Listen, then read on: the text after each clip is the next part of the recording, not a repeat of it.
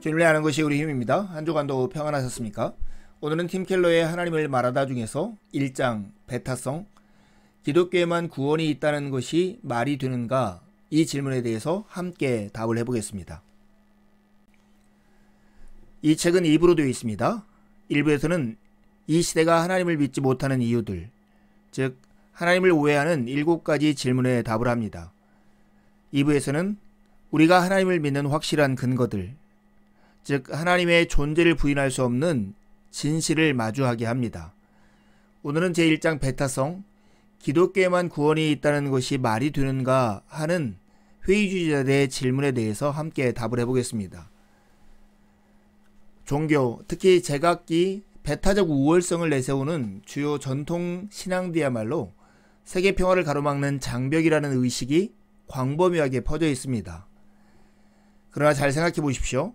너나 없이 스스로 다른 믿음들보다 우월하다는 근본주의적이고 입증할 수 없는 신앙에 깊이 몰입하고 헌신하고 있는 게 우리 사회의 현실입니다.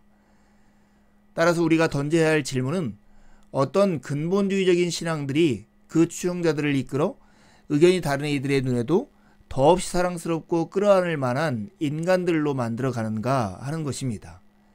그것이 바로 기독교 신앙이라고 하는 것을 이 과외를 통해서 우리가 확인하는 기회가 되었으면 좋겠습니다. 세상이 종교를 불편하게 여기는 이유는 배타성에 있습니다. 이것이 세계 평화를 가로막는 장벽이라고 하는 의식이 널리 퍼져 있습니다. 기독교의 가장 큰 문제는 무엇이라고 보는가? 교리와 신앙 행위를 통틀어 무엇이 가장 마음을 불편하게 하는가? 이런 질문을 던져보면 가장 흔하게 듣는 답변이 배타성입니다.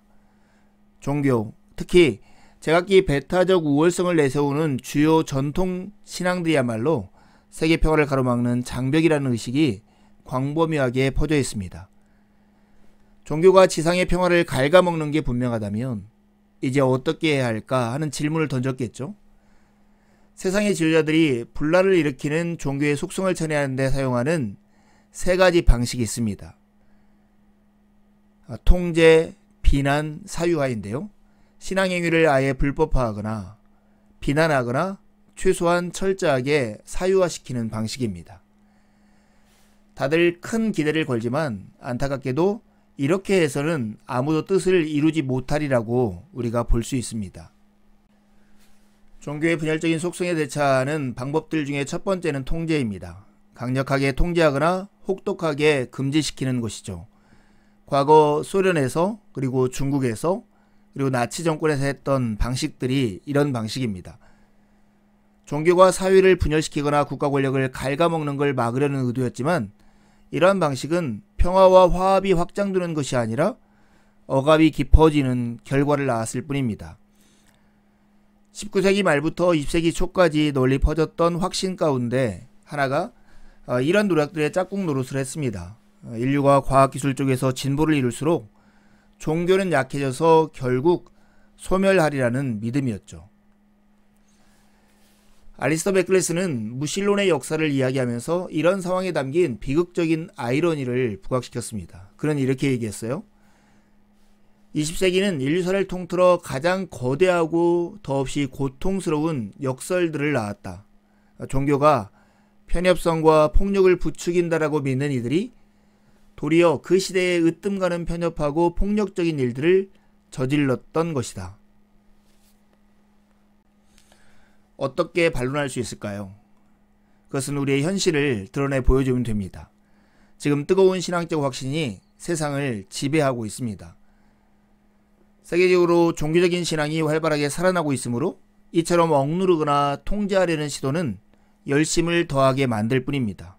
신앙은 그저 인간을 환경에 적응하도록 돕고 사라지는 한시적인 움직임이 아닙니다. 도리어 인간 존재의 조건 가운데 영구적이고 핵심적인 측면에 해당합니다. 뜨거운 신앙적 확신이 세상을 지배하고 있습니다. 그런 흐름이 바뀌리라고 판단할 근거는 어디에도 없습니다. 종교의 분열적인 속성을 대처하는 두 번째 방식은 비난입니다.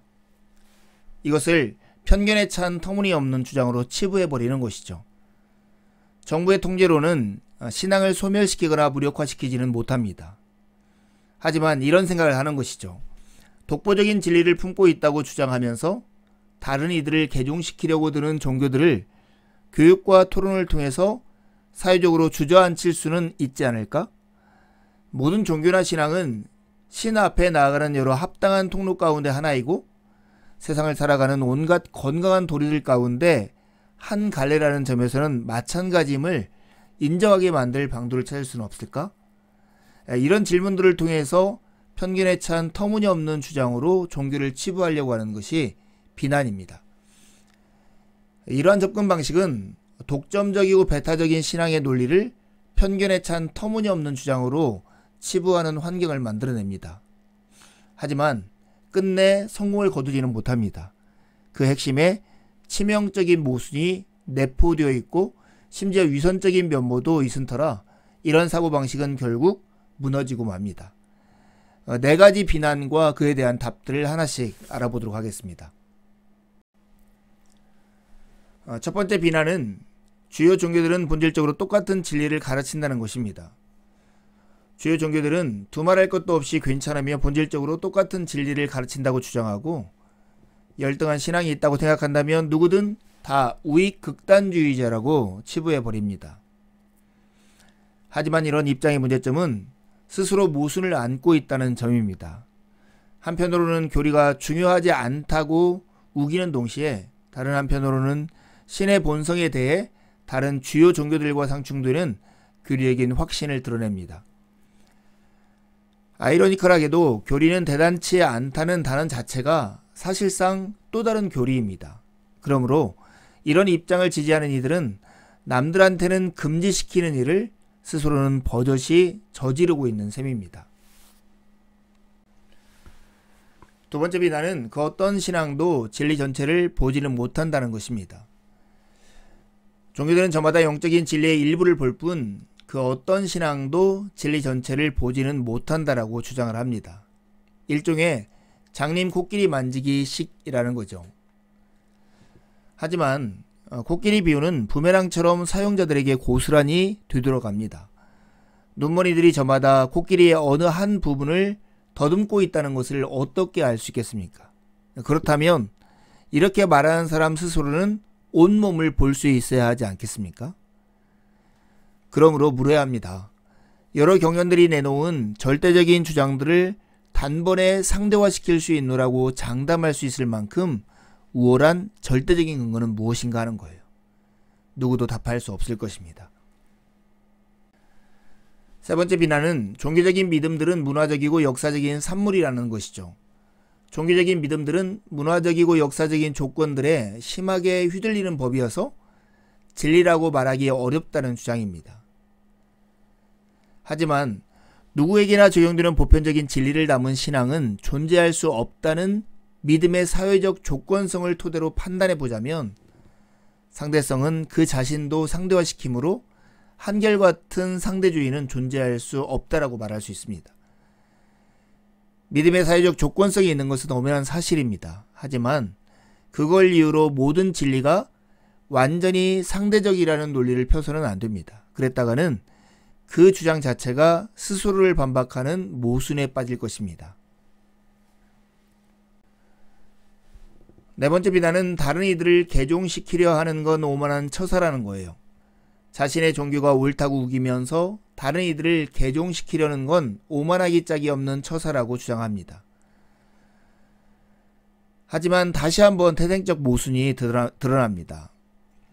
남들보다 더 나은 세계관을 가졌다고 단언하는 신앙은 모두 오만하며 바르지 못하다는 말 자체가 스스로 지적한 그대로 오만하고 바르지 못한 주장이 되고 맙니다.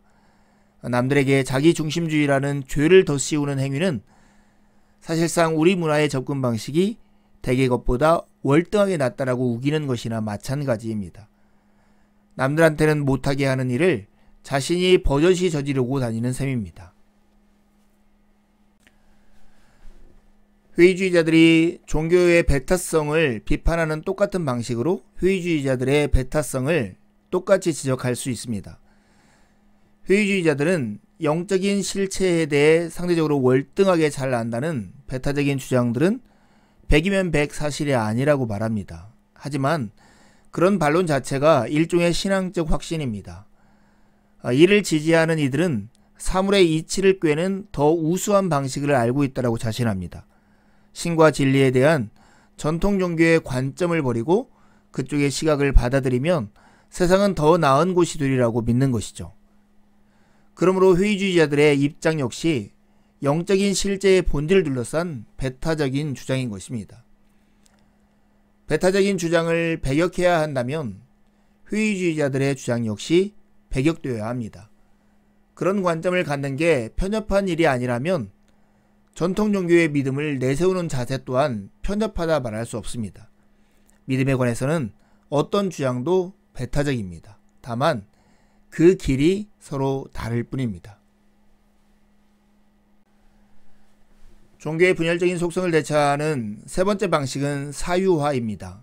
신앙적인 믿음에 영향을 받는 것을 허용하지 말라고 그들은 주장합니다. 종교의 분열적인 속성을 대하는 또 다른 접근 방식은 저마다 자신의 신앙을 참이라고 믿고 전파할 수는 있지만 공적인 영역에는 그 신앙적인 확신이 끼어들지 못하게 해야 한다는 논리입니다.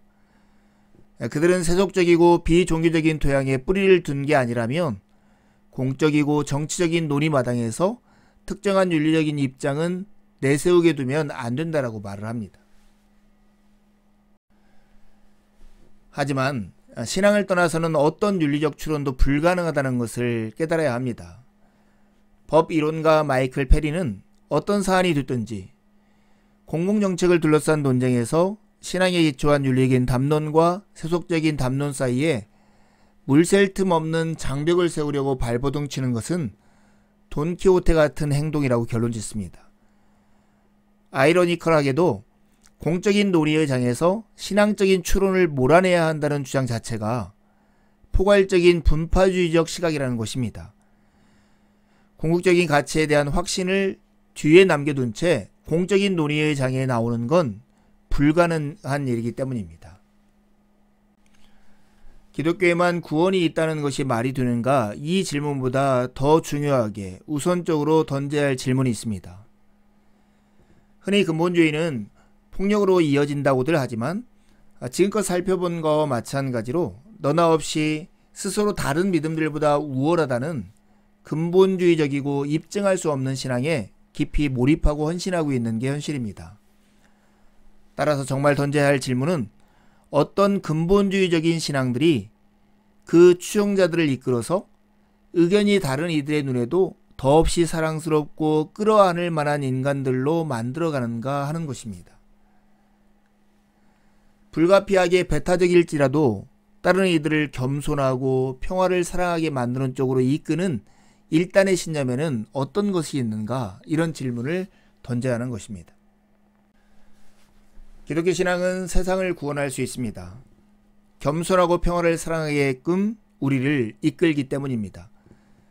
초기 크리스천들의 신앙과 행동 사이의 관계를 당시 문화와 비교해보면 역사의 역설이 드러납니다. 그처럼 배타적인 확신체계가 다른 이들에게 그토록 개방적인 행동을 하게 만든 까닭은 무엇일까요? 크리스천들은 신앙체계 속에서 헌신적으로 섬기고 너그럽게 베풀며 화의를 이룰 더없이 강력한 자원을 가지고 있기 때문입니다. 기독교 신앙의 견고한 토대들, 이것이 바로 강력한 자원입니다. 크리스천들은 인간이라면 누구나 하나님의 형상을 따라 선을 행하고 지혜롭게 판단할 수 있는 존재로 빚어졌다고 믿습니다. 또한 예수님은 이만저만하게 살아서 구원받을 자격을 갖추라는 말씀을 하러 오신 게 아니라 오히려 인간의 처지가 되어 살고 또 죽음으로써 죄를 용서하고 구원하러 오셨습니다. 이러한 강력한 자원 덕분에 기독교 신앙은 배타적일지 몰라도 우리를 겸손하고 평화를 사랑하게끔 만드는 쪽으로 이끄는 신앙입니다. 우리는 이렇게 복된 신앙을 가진 자들입니다. 이제 두 가지 질문하고 마치려 합니다.